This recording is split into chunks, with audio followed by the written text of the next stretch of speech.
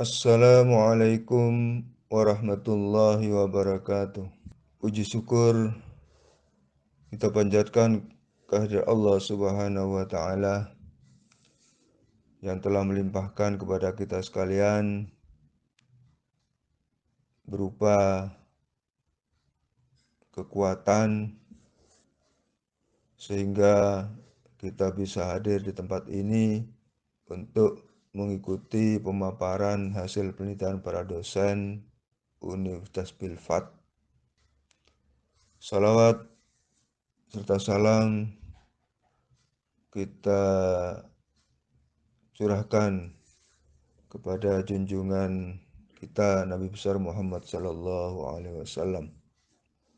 Para bapak dan ibu sekalian, saya akan memaparkan judul penelitian saya, yaitu pengaruh bentuk permukaan piston terhadap unjuk kerja mesin 4 langkah 1 silinder 100 cc.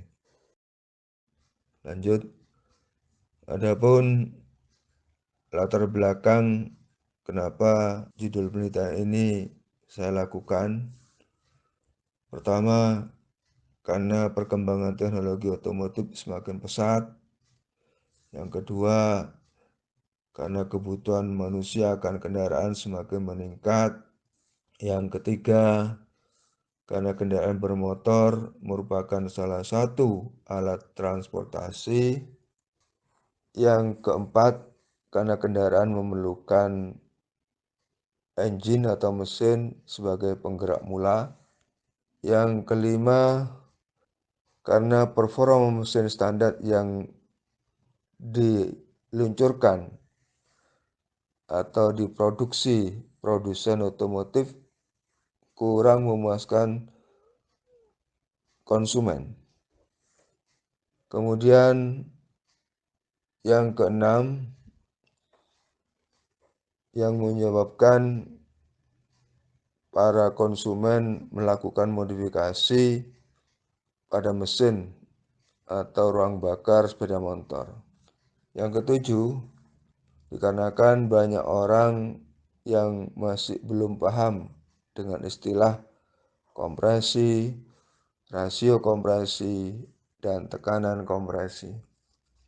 Lanjut, adapun metode yang digunakan di dalam melaksanakan penelitian ini, satu, yaitu menggunakan piston standar dari pabrikan yang dikenal dengan istilah piston standar. Selanjutnya, mendesain model kepala piston yang berbentuk cembung, cekung, dan spiral.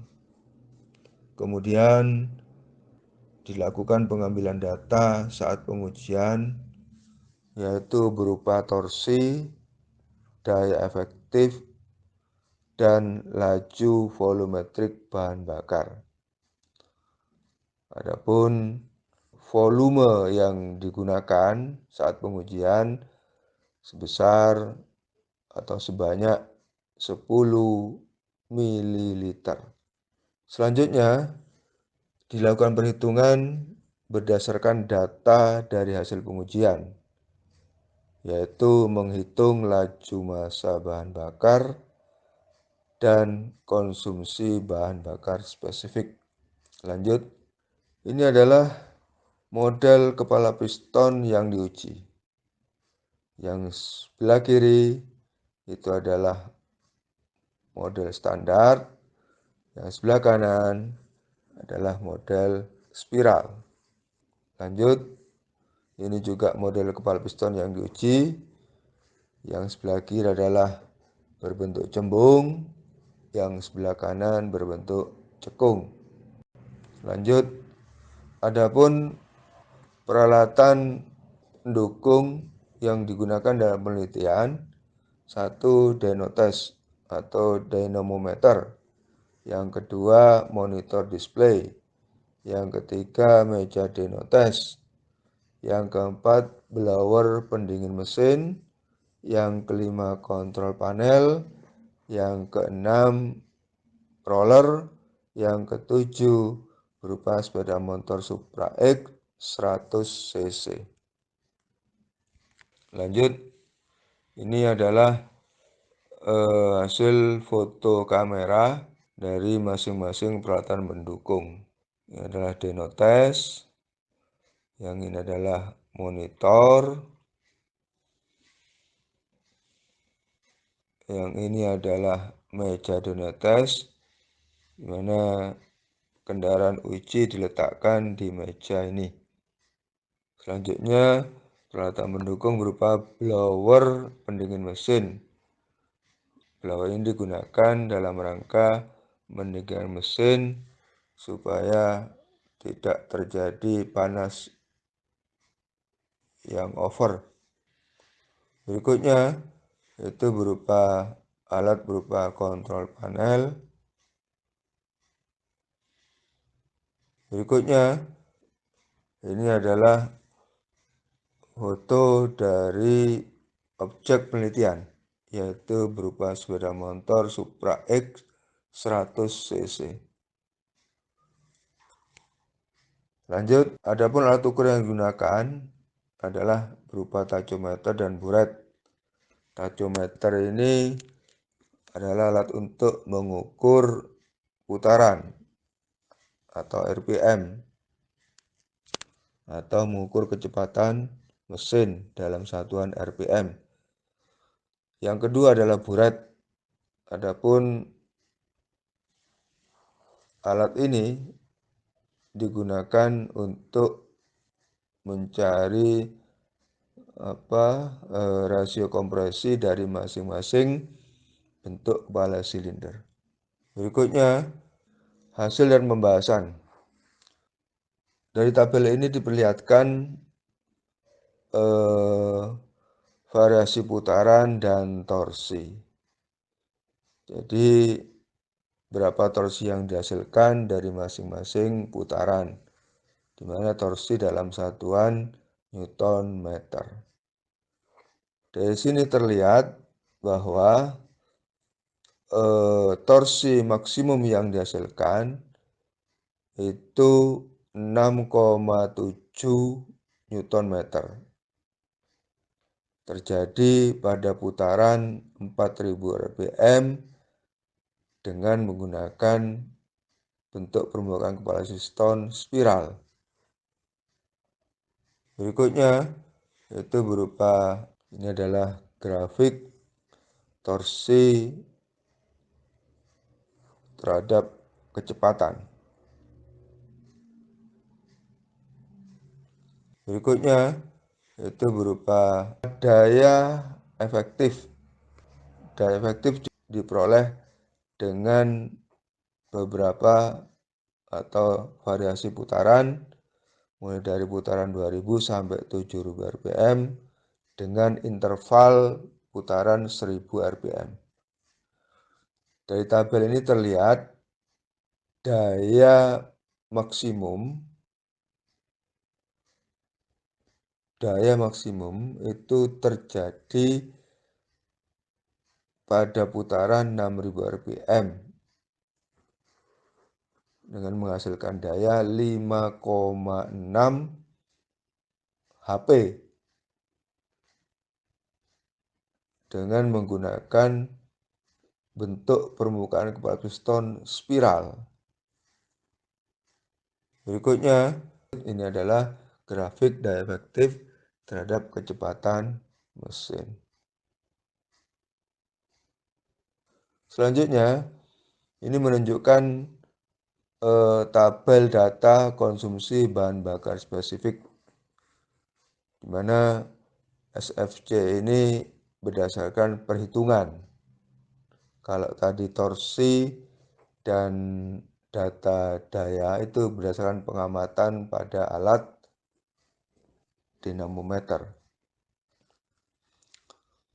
Di sini juga berdasarkan variasi putaran dari 2000 sampai 7000 rpm dengan interval putaran 1000 rpm. SFC minimal itu dihasilkan dengan menggunakan bentuk permukaan kepala piston cembung, yaitu pada putaran 5000. Tapi di sini mendekati, artinya tidak terlalu jauh selisihnya antara cembung dan spiral, di mana spiral 0, adapun bentuk permukaan kepala piston spiral itu menghasilkan SFC minimal 0,13. Jadi di sini tidak terlalu signifikan selisihnya.